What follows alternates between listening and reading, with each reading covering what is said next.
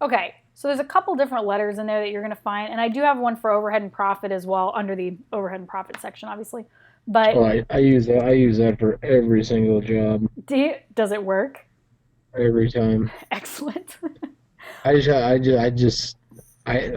instituted that right away. I told them, I said, if you want overhead and profit, type up this letter, get the homeowner to sign it, and send it to me. Otherwise, I'm not gonna supplement for overhead and profit for this job. Yeah, I said, I'm just not. works. It works. Because if the homeowner knows about this letter, it makes it so much easier because the insurance company is going to try to call them. Right. If they call them and say, yeah, I signed, yeah, we went over the letter. I understand what overhead and profit is. I understand that I'm entitled to it based on my, uh, my brain's pretty Policy and fried today. Yeah, policy. That's what I always tell them. I said, when you tell your homeowners about this, tell them that this is, you are entitled to overhead and profit with this much, work that's going to be done on your house. We have windows, roofing, gutters, painting, some fence work. We have everything. I said, I always tell them, I said, just because we don't necessarily have guys working right on top of each other on the same project, and that's what they consider to be a complex project is, let's just say that the gutters are being held up because the roofing guys aren't done, or so that's how we make sure that we get over and profit on yeah. every single job.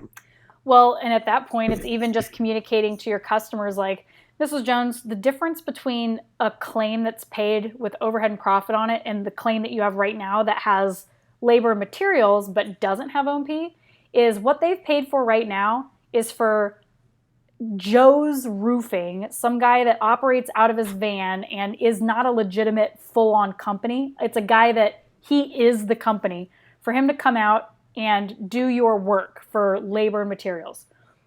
That sounds great. It's fine. Like, what's wrong with a little guy doing it? Well, when it's one person, you're relying on one person to uphold your workmanship and your warranties. And if he decides to retire next year, or he dies, God forbid, or breaks about whatever, it's like you're kind of taking a gamble with that.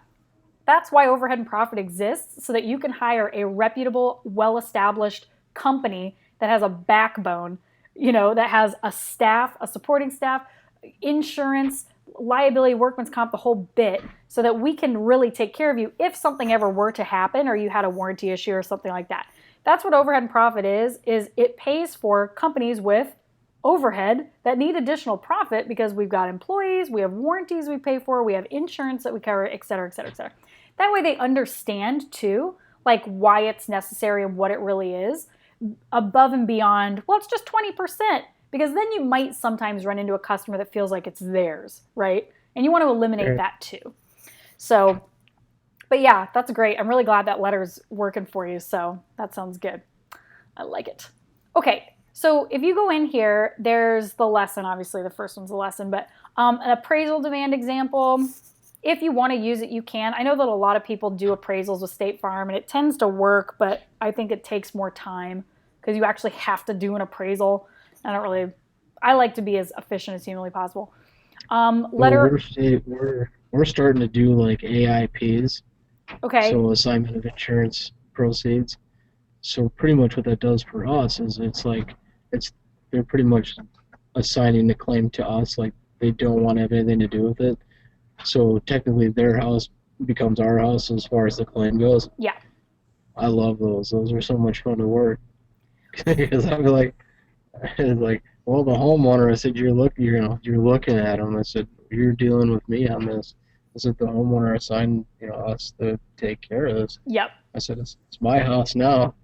Well, yeah, that's a great, like, if you can have some sort of, and the thing is, it doesn't even have to be complicated, but if you just have like a third party authorization form that's basically the homeowner signs off that I don't want to deal with this. I have hired this general contractor to deal with the adjuster meeting, dealing with the insurance paperwork, negotiating this, making sure my scope is correct, dealing with the invoicing, the whole bit.